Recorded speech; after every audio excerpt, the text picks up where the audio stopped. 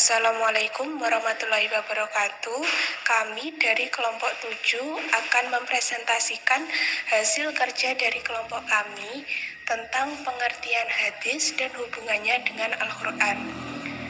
Sebelum memulai materi pada kali ini, izinkan kelompok kami memperkenalkan diri terlebih dahulu.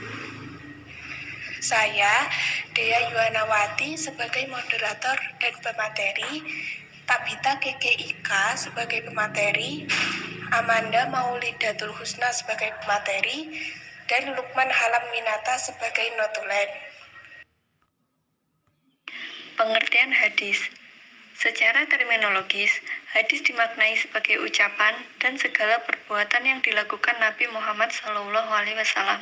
Sedangkan secara bahasa, hadis berarti perkataan, percakapan, berbicara. Definisi hadis dikategorikan menjadi 3, yaitu perkataan Nabi, perbuatan Nabi, dan segala keadaan Nabi. Sebagian ulama seperti At-Tibi berpendapat bahwa hadis melengkapi sabda, perbuatan, dan takrir Nabi. Hadis juga melengkapi perkataan, perbuatan, dan takrir para sahabat dan tabi'in. Hadis memiliki makna yang relatif sama dengan sunnah, khabar, dan atsar. Hanya saja penyebutannya bisa disamakan atau dibedakan. Pada dasarnya, Al-Quran sebagai mukjizat Nabi Muhammad SAW adalah kitab yang sempurna. Namun, ada ayat-ayat tertentu yang harus dijelaskan secara rinci, baik makna, hukum yang terkandung di dalam, atau cara melakukannya, dan lain-lain. Dan inilah peran yang diambil Rasulullah SAW melalui sunnah-sunnahnya. Hadis memiliki peranan penting sebagai salah satu sumber hukum Islam. Adapun fungsinya untuk memperkuat isi kandungan Al-Quran, untuk memperjelas makna kandungan Al-Quran yang memerlukan perincian atau penjelasan lebih lanjut, untuk membatasi keumuman ayat Al-Quran sehingga tidak berlaku pada bagian-bagian tertentu, dan untuk menetapkan hukum yang tidak ditetapkan dalam Al-Quran. Semua fungsi di atas menempatkan kedudukan hadis sebagai bagian yang tidak terpisahkan dari sumber hukum Islam. Karena itulah tidak ada alasan bagi seorang muslim untuk meninggalkan salah satu atau hanya mengamalkan satu saja dari kedua sumber hukum tersebut. Kedudukan hadis terhadap Al-Quran. Seluruh umat Islam telah sepakat bahwa hadis merupakan salah satu sumber ajaran Islam. Ia menempati kedudukan kedua setelah Al-Quran. Keharusan mengikuti hadis bagi umat Islam baik berupa perintah maupun larangannya sama halnya dengan kewajiban mengikuti Al-Quran. Hal ini didasari karena Al-Quran merupakan dasar hukum pertama, yang di dalamnya berisi garis besar syariat Islam, dan keberadaan hadis semakin menyempurnakan kandungan makna ayat dan memperjelas suatu hukum. Maka dengan demikian terdapat hubungan yang sangat erat antara hadis dengan Al-Quran dan sebagai pedoman atau pegangan hidup manusia.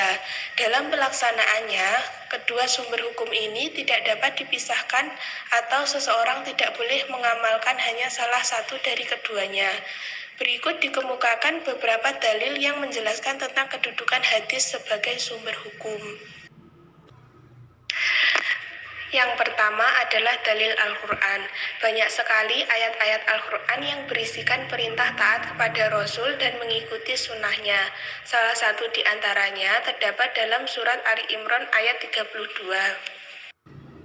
Yang berbunyi, Qul atiullaha war rasulah fa in tawallau fa innallaha la yuhibbul kafirin.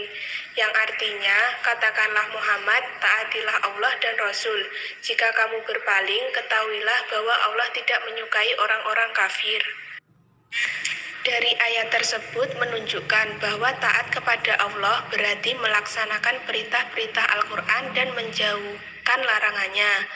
Sedangkan taat kepada Rasul berarti taat kepada perintah dan menjauhkan larangannya yang disebutkan dalam sunnah dan Al-Quran. Perintah kembali kepada Allah berarti kembali kepada Al-Quran, sedang kembali kepada Rasul berarti kembali kepada sunnah baik ketika masih hidup maupun setelah wafatnya. Kemudian yang kedua adalah dalil hadis. Kedudukan hadis sebagai sumber hukum dapat ditemukan melalui hadis-hadis Nabi. Dan dalam salah satu hadisnya mengandung pesan yang berkenaan dengan keharusan menjadikan hadis sebagai pedoman hidup setelah Al-Quran. Hadis tersebut memiliki arti, aku tinggalkan dua pusaka pada kalian. Jika kalian berpegang kepada keduanya, niscaya tidak akan pernah tersesat, yaitu kitab Al-Quran dan sunnah Rasulnya. Hadis di atas memberikan gambaran tentang kedudukan hadis dan merupakan pegangan hukum kepada umat Islam, bahwa seorang muslim harus berpegang teguh pada keduanya dengan melaksanakan perintah yang terdapat dalam Al-Quran dan sunnah dan semua menjauhi larangannya.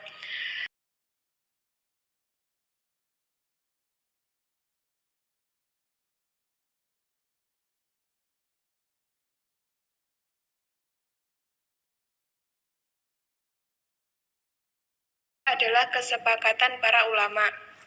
Para ulama telah sepakat bahwa sunnah sebagai salah satu hujah dalam hukum Islam setelah Al-Quran. Berkaitan dengan materi ini, Abdul Majid Khan menyimpulkan bahwa kehujahan sunnah ada kalanya sebagai mubayyin atau penjelas terhadap Al-Quran atau berdiri sendiri sebagai hujah untuk menambah hukum-hukum yang belum diterangkan oleh Al-Quran. Kehujahan sunnah berdasarkan dalil-dalil yang qat'i pasti, baik dari ayat-ayat Al-Quran atau hadis Nabi atau rasio yang sehat, maka bagi yang menolaknya dihukumi murtad. Sunnah yang dijadikan hujah tentunya sunnah yang telah memenuhi persyaratan sahih, baik mutawatir atau ahad.